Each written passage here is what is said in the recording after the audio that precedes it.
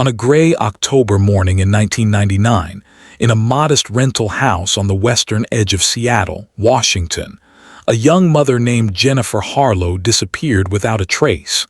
She was 27 years old, a part-time dental assistant with a 4-year-old daughter named Emma. Her car remained in the driveway. Her purse sat on the kitchen counter. Her work uniform hung pressed and ready in the bedroom closet. Jennifer had vanished sometime between midnight and dawn, and the only person who claimed to have been home that night was her husband of 6 years, Marcus Harlow. For nearly 23 years, the case file gathered dust in a basement archive at the King County Sheriff's Office, stamped with 2 words that haunt every detective: insufficient evidence. Then, in March 2022, a phone call changed everything. But the question that had lingered for more than 2 decades remained. What happened to Jennifer Harlow in the darkness of that October night? Seattle in 1999 was a city caught between identities. The tech boom was reshaping downtown with glass towers and startup energy, but the neighborhoods on the city's fringe, places like West Marginal and Georgetown, still held onto their working-class roots. Rain-slicked streets, chain-link fences, houses built in the 1950s with sagging porches and overgrown hedges. The Harlow family lived on Carlton Avenue South, a quiet street that dead-ended near the Duwamish River. Freight trains rumbled past in the distance. The smell of salt water and diesel mixed in the air. Jennifer Harlow was a woman people remembered kindly but vaguely. She had grown up in Tacoma, married young, moved to Seattle with Marcus when he found work at a warehouse distribution center. She was slight, 5'4", with shoulder-length brown hair she usually kept in a ponytail. She worked 3 days a week at a dental office in Burien, filing insurance claims and scheduling appointments. Her coworkers described her as quiet, pleasant, always on time. She didn't talk much about her personal life. Marcus Harlow was 31, tall and broad-shouldered, with a square jaw and close-cropped dark hair. He worked long shifts loading trucks, sometimes 6 days a week. Those who knew him said he kept to himself. He didn't drink with the other guys after work. He didn't attend neighborhood barbecues. He mowed the lawn on Saturdays and washed his truck on Sundays. Neighbors described him as polite but distant, the kind of man who would wave from his driveway but never stop to chat. Their daughter, Emma, was 4 years old that October. She attended a preschool 3 mornings a week at a church 2 miles away. She had her mother's brown hair and a habit of humming to herself while she colored. Jennifer's mother, Barbara Keene, who lived in Olympia, would later say that Emma was a shy child, hesitant around strangers but affectionate with her mother. Jenny was her whole world, Barbara said. October 12, 1999 was a Tuesday. The weather forecast called for rain by evening, but the morning broke cool and dry. Jennifer had the day off from work. She drove Emma to preschool at 8:30 that morning. The teacher, a woman named Patricia Gomez, remembered Jennifer dropping Emma off in the usual way, a quick hug, a reminder to be good, a wave from the doorway. Jennifer wore jeans and a gray sweatshirt. She looked tired, Patricia thought, but not upset, not frightened. Jennifer picked Emma up at 11:15. They stopped at the grocery store on the way home. The receipt, found later on the kitchen counter, showed a purchase at 11:52 a.m. Milk, bread, chicken breasts, a box of macaroni and cheese, and a small container of strawberry yogurt. The cashier who rang up the order, a teenager named Derek Paulson, told investigators he didn't remember Jennifer specifically. "We get a lot of people," he said. The afternoon passed quietly. A neighbor across the street, Doris Avery, was gardening in her front yard around 2 o'clock when she saw Emma playing with chalk on the driveway. Jennifer stood nearby, arms crossed, watching. Doris waved. Jennifer waved back but didn't come over to talk. That was the last confirmed sighting of Jennifer Harlow alive. Marcus arrived home from work at 6:45 that evening. He would later tell investigators that dinner was ready when he walked in, Baked chicken, rice, green beans. Jennifer seemed normal, he said. Quiet, but that was like her. They ate together. Emma went to bed around 8 o'clock. Marcus said he stayed up watching television in the living room until around 11, then went to bed himself. Jennifer was already asleep, he said, or at least lying in bed with her eyes closed. Woke, he said, just after 6 o'clock on Wednesday morning. The bed beside him was empty. He assumed Jennifer had gotten up early, maybe to start coffee or take a shower. But when he walked into the kitchen, it was dark and silent. No coffee brewing, no sound of water running. He checked the bathroom, the living room, Emma's room. The little girl was still asleep, curled under her blankets. Jennifer's car was in the driveway. Her purse was on the counter. Her house keys were on the hook by the door. Marcus would later say he felt confused at first, not alarmed. He thought maybe she had gone for a walk, though that wasn't like her. He made coffee. He got Emma up and dressed. He kept glancing at the door, expecting Jennifer to come back. By 7:30, when she still hadn't returned, he called her mother.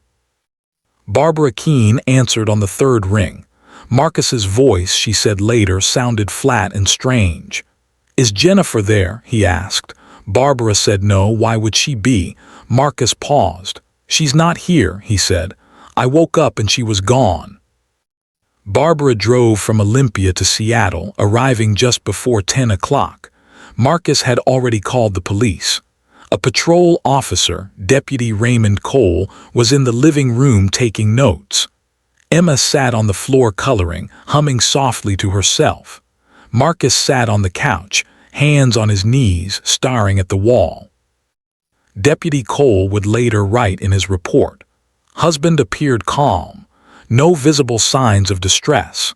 Stated wife was in bed at 11 p.m., gone by 6 a.m., no argument, no indication of plans to leave.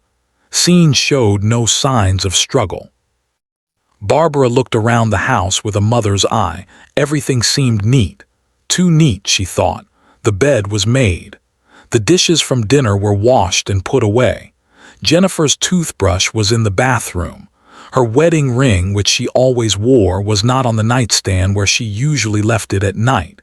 It was missing. "Where's her ring?" Barbara asked Marcus. He looked at her blankly. "I don't know." Search efforts began that afternoon.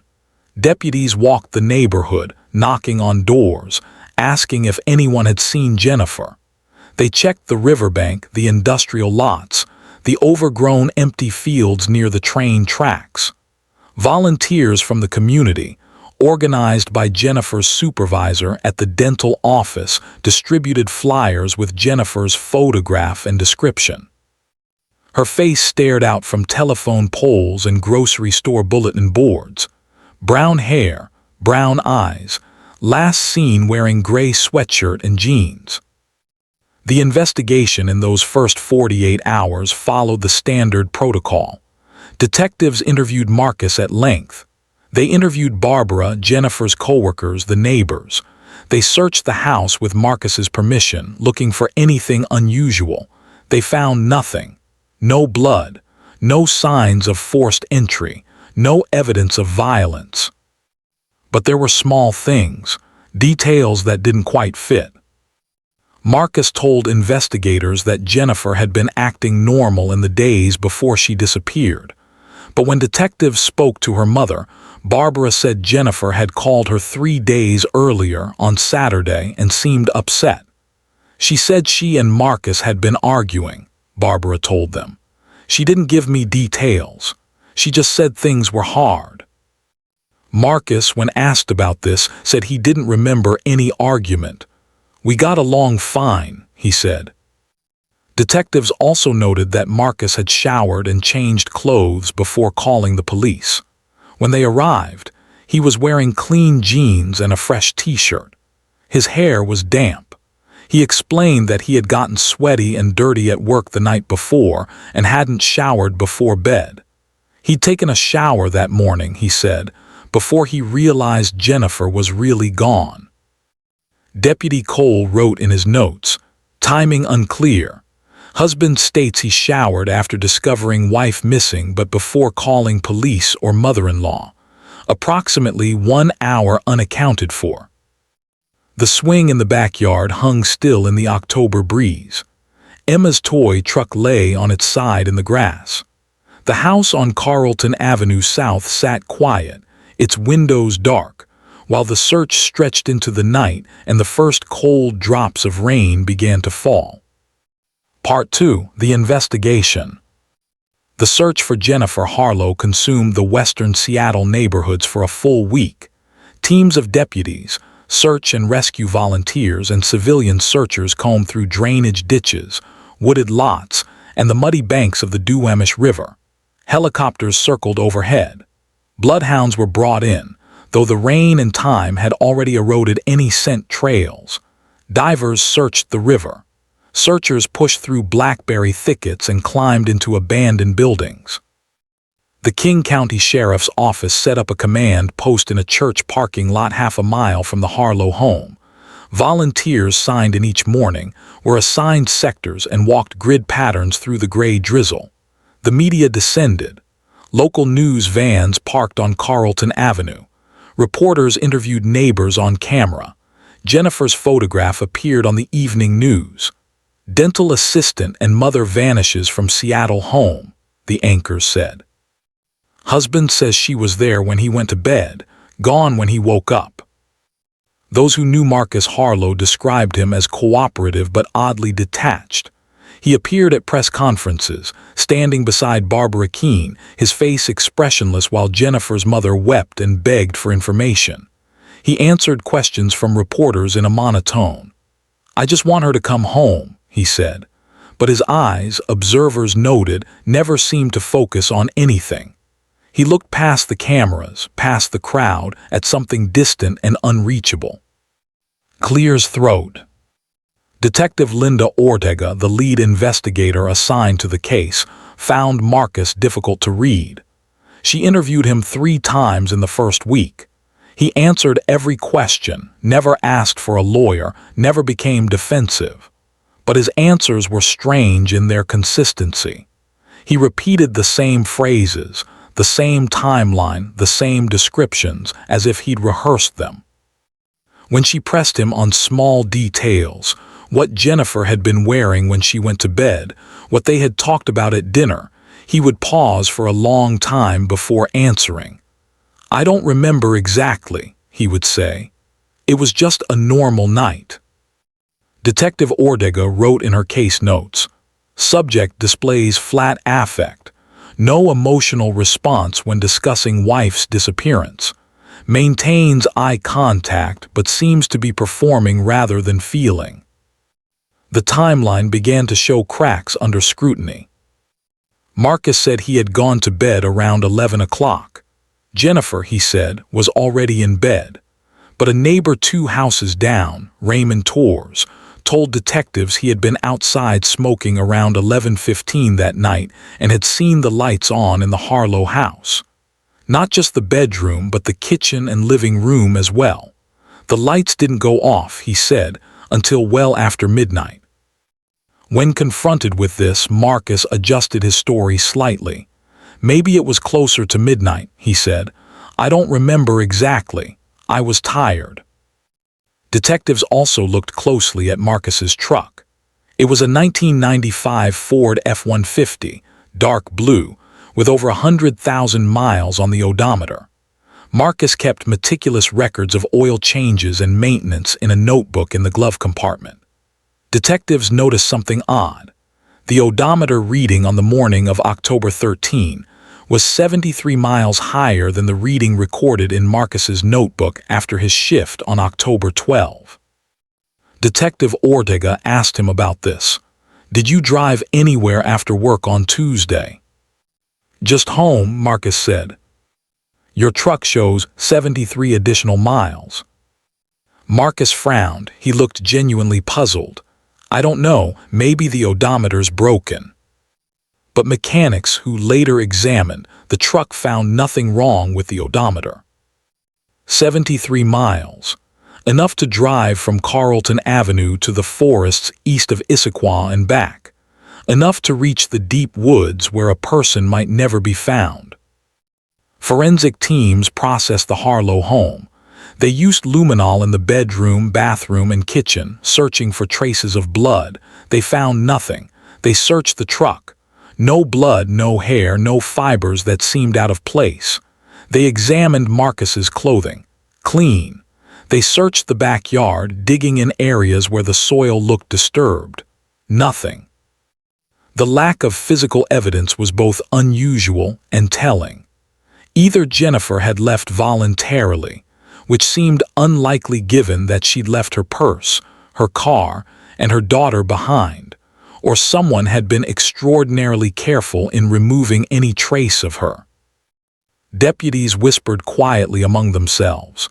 Marcus's composure was unnerving. He showed no signs of grief. He didn't join the search efforts. He stayed home, he said, in case Jennifer came back or called.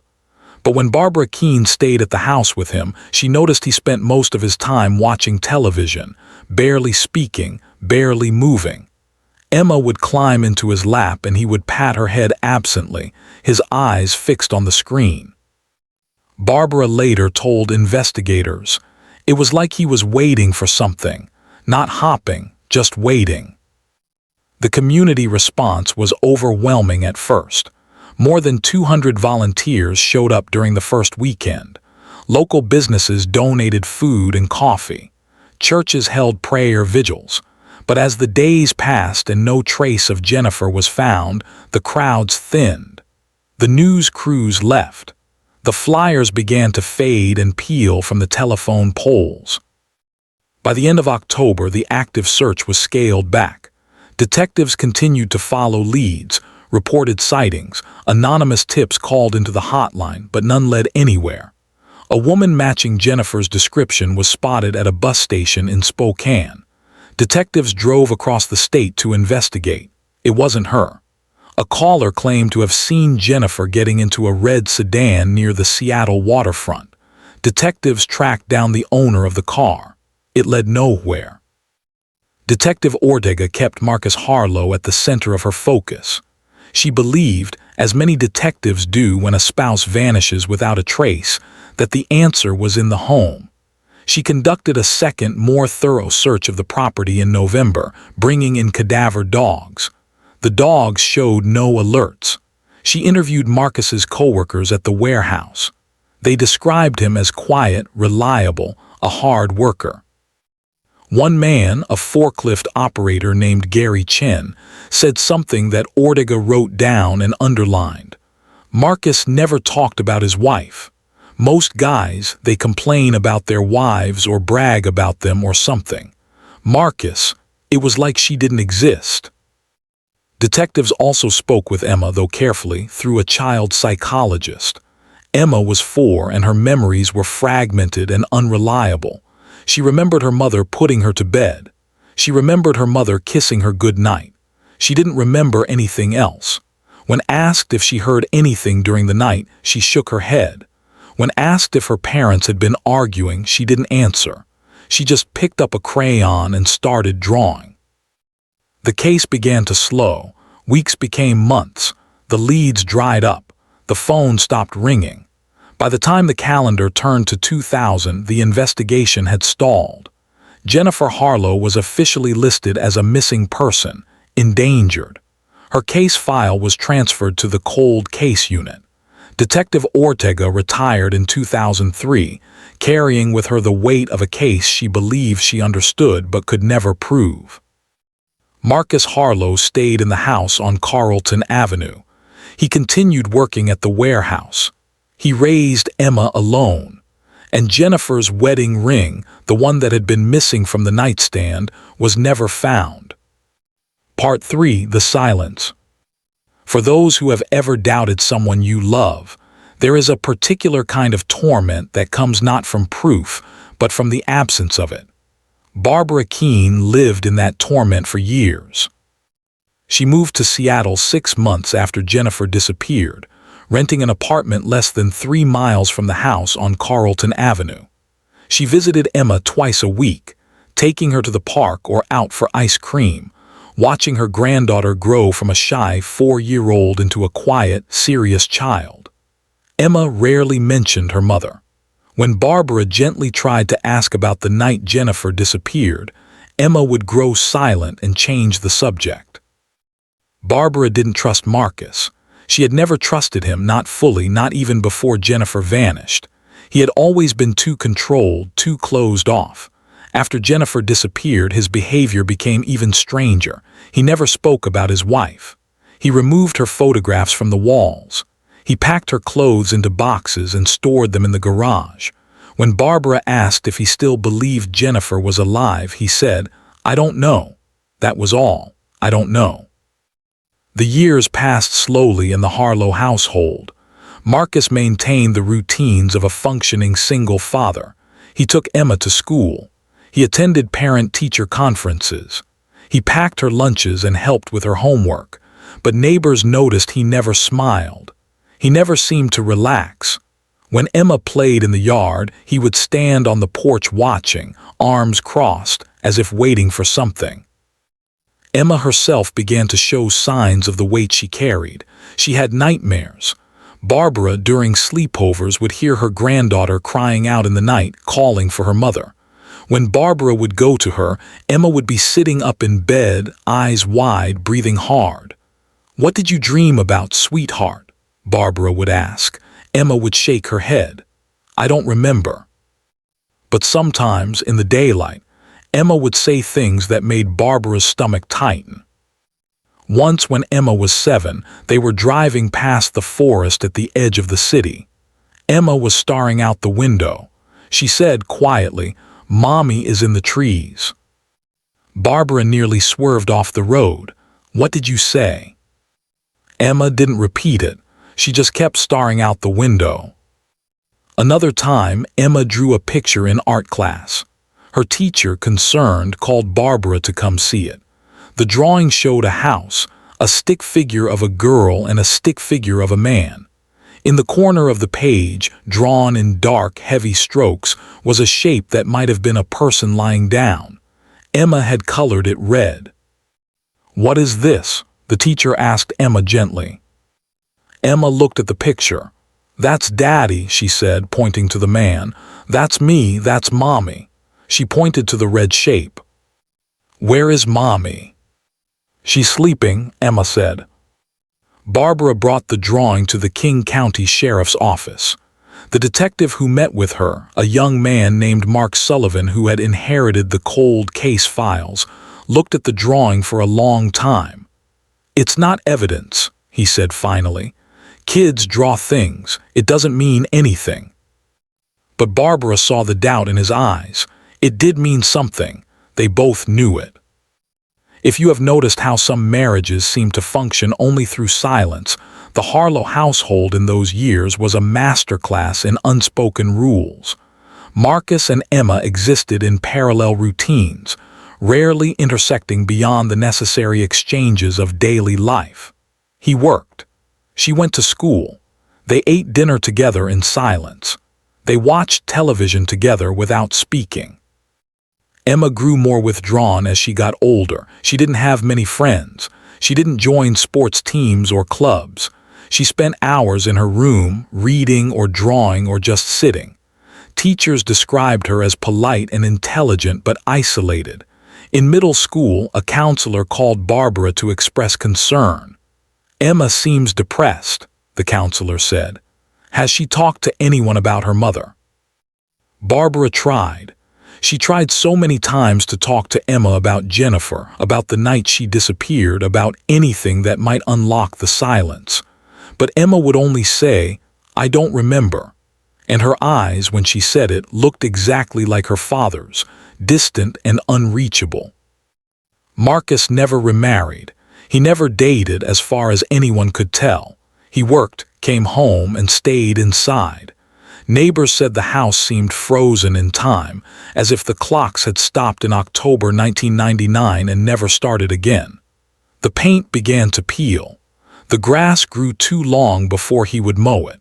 The windows stayed dark even when people were home. Barbara continued to visit, continued to watch, continued to hope that someday something would break. She reported her suspicions to the police so many times that she became a familiar presence at the precinct. Detective Sullivan listened patiently but could offer nothing. Without evidence, without a body, without a witness, there's nothing we can do. "She's in the trees," Barbara wanted to scream. "My granddaughter said she's in the trees." The breaking point came in 2017, when Emma was 22 years old. She had moved out of the house on Carlton Avenue the previous year, taking a small apartment in Renton and enrolling in community college. She was studying nursing. She called Barbara more often now, and sometimes they met for lunch. Emma seemed lighter, Barbara thought, as if distance from her father had loosened something in her. One afternoon in March, Emma called her grandmother and asked if they could meet. Her voice sounded strange, tight and fragile. They met at a coffee shop. Emma sat across from Barbara, hands wrapped around a mug, not drinking. She stared at the table. "I need to tell you something," Emma said. Barbara waited. Her heart was pounding. "I remember that night," Emma said. "I've always remembered." Part 4, The Revelation. Emma Harlow's testimony would eventually be described by prosecutors as the most painful and precise recounting they had ever heard in a cold case. She told her grandmother first in halting sentences, her voice barely above a whisper. She remembered waking up in the night. She didn't know what time it was, but it was dark and the house was quiet. She heard voices. Her parents were arguing.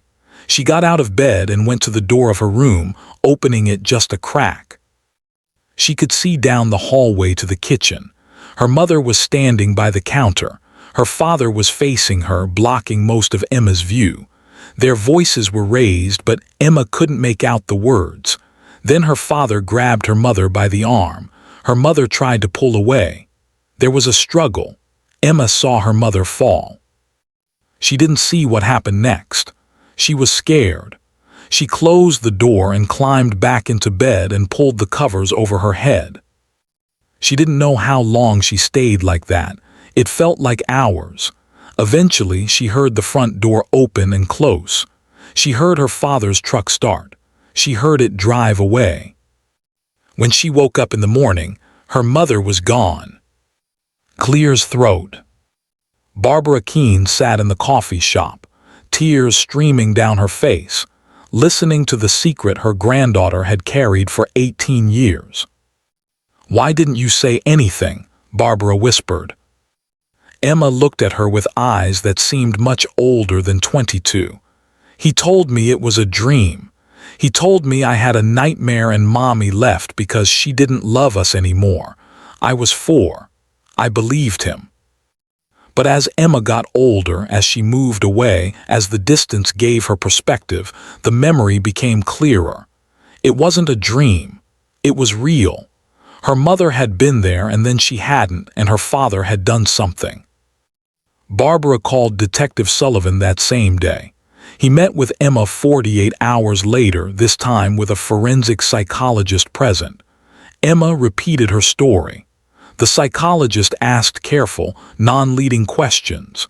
Emma's account remained consistent. "Can you show us where you saw this happen?" Emma drew a diagram of the house, marking the location of her room, the hallway, the kitchen. "Can you describe what your mother was wearing?" "I think a blue shirt, pajamas." Detectives went back through the original case file. Jennifer's blue pajama top had never been found. It wasn't in the house. It wasn't in the laundry. No one had thought to note its absence at the time. In May 2017, the case was officially reopened. A new team of detectives, led by Detective Carla Mendez, began reviewing every piece of evidence. They re-interviewed witnesses. They examined the original forensic reports. They brought in new technology, ground-penetrating radar, advanced luminol techniques, enhanced computer modeling. They focused on the 73 miles. Working with geographic profilers and forestry experts, detectives created a radius map showing where Marcus could have driven in the hours after midnight on October 13, 1999. The map included dozens of possible locations: remote logging roads, state parks, private timber land. They began searching, prioritizing the densest, most isolated areas. It took nearly 8 months. On January 9, 2018, a search team working in the Snoqualmie National Forest, approximately 42 miles east of Seattle, found human remains buried beneath a fallen cedar tree. The location was less than a quarter mile from a logging road that had been actively used in 1999, but had since been abandoned and overgrown. The remains were transported to the King County Medical Examiner. DNA analysis confirmed the identity: Jennifer Marie Harlow. The forensic pathologist was able to determine cause of death despite the years of decomposition and exposure. Jennifer had died from blunt force trauma to the head. Her skull showed evidence of at least 2 impacts, consistent with being struck with a heavy object. The hyoid bone in her throat was fractured, indicating possible strangulation as well. On January 15, 2018, Marcus Harlow was arrested at his workplace. He was loading pallets onto a truck when detectives approached. They said he didn't resist. He didn't speak. He simply put his hands behind his back and allowed himself to be handcuffed. The news broke that evening. Local media outlets ran the story as their lead. Seattle cold case solved after 19 years, husband arrested in wife's murder. The community that had searched for Jennifer in 1999 reacted with shock and a grim sense of confirmation. Those who had suspected Marcus felt vindicated. Those who had defended him felt betrayed. Neighbors were interviewed on camera, saying the same things people always say. He seemed so normal. I never would have thought. He lived right next door for all these years. Barbara Keene stood outside the courthouse during Marcus's arraignment, surrounded by reporters. She read a brief statement. Jennifer was a loving mother and daughter. She deserved so much more than the life she was given and the death she suffered. We are grateful to the detectives who never stopped looking for the truth, and to my granddaughter who found the courage to speak. Emma did not attend the arraignment. She released a written statement through her attorney. I loved my mother. I loved my father. I have carried the weight of what I saw for most of my life. I hope that speaking the truth brings some peace to my family and honors my mother's memory. Marcus Harlow's trial began in September 2019. The prosecution presented the timeline, the odometer evidence, Emma's testimony, and the forensic findings from Jennifer's remains. They argued that Marcus had killed Jennifer during an argument, driven her body to the forest in the middle of the night, buried her in a location he believed would never be found, and returned home to stage her disappearance. The defense argued that Emma's memory was unreliable, that she had been a small child and traumatized by her mother's disappearance, and that her testimony was influenced by years of suggestion from her grandmother. They argued that the forensic evidence, while tragic, did not definitively prove that Marcus was responsible. But the jury, after 3 days of deliberation, found Marcus Harlow guilty of second-degree murder. He was sentenced to 28 years in prison. During the sentencing hearing, the judge asked if Marcus wished to make a statement. He stood, his face as blank as it had been on the morning he reported Jennifer missing, and said 4 words, "I have nothing to say." He never confessed, he never explained, he never showed remorse. Emma Harlow did not attend the sentencing. She had said everything she needed to say. She was by then in her final year of nursing school. She had changed her last name to Keene, taking her grandmother's surname. She had found a therapist, joined a support group for family members of homicide victims, and slowly, carefully, begun to build a life that was her own. Jennifer Harlow's remains were cremated. Barbara Keene held a small memorial service in Olympia, attended by Jennifer's former coworkers, a few old friends, and Emma. They scattered her ashes in a garden near the water, far from the forest where she had been hidden for so long. Closing. The case of Jennifer Harlow is a reminder that justice does not always come quickly, but it can still come. For nearly 2 decades, the truth was buried, literally and figuratively, beneath silence, fear, and the calculated actions of one man. But the voice of a 4-year-old girl, silenced for 18 years by trauma and manipulation, eventually rose to speak. And in speaking, she freed not only her mother but herself. Jennifer Harlow is no longer just a missing woman, a cold case file, a photograph on a flyer. She is remembered, she is mourned, she is found. If this story mattered to you, subscribe and hit the bell. Share the episode. Someone somewhere may still be waiting to be heard.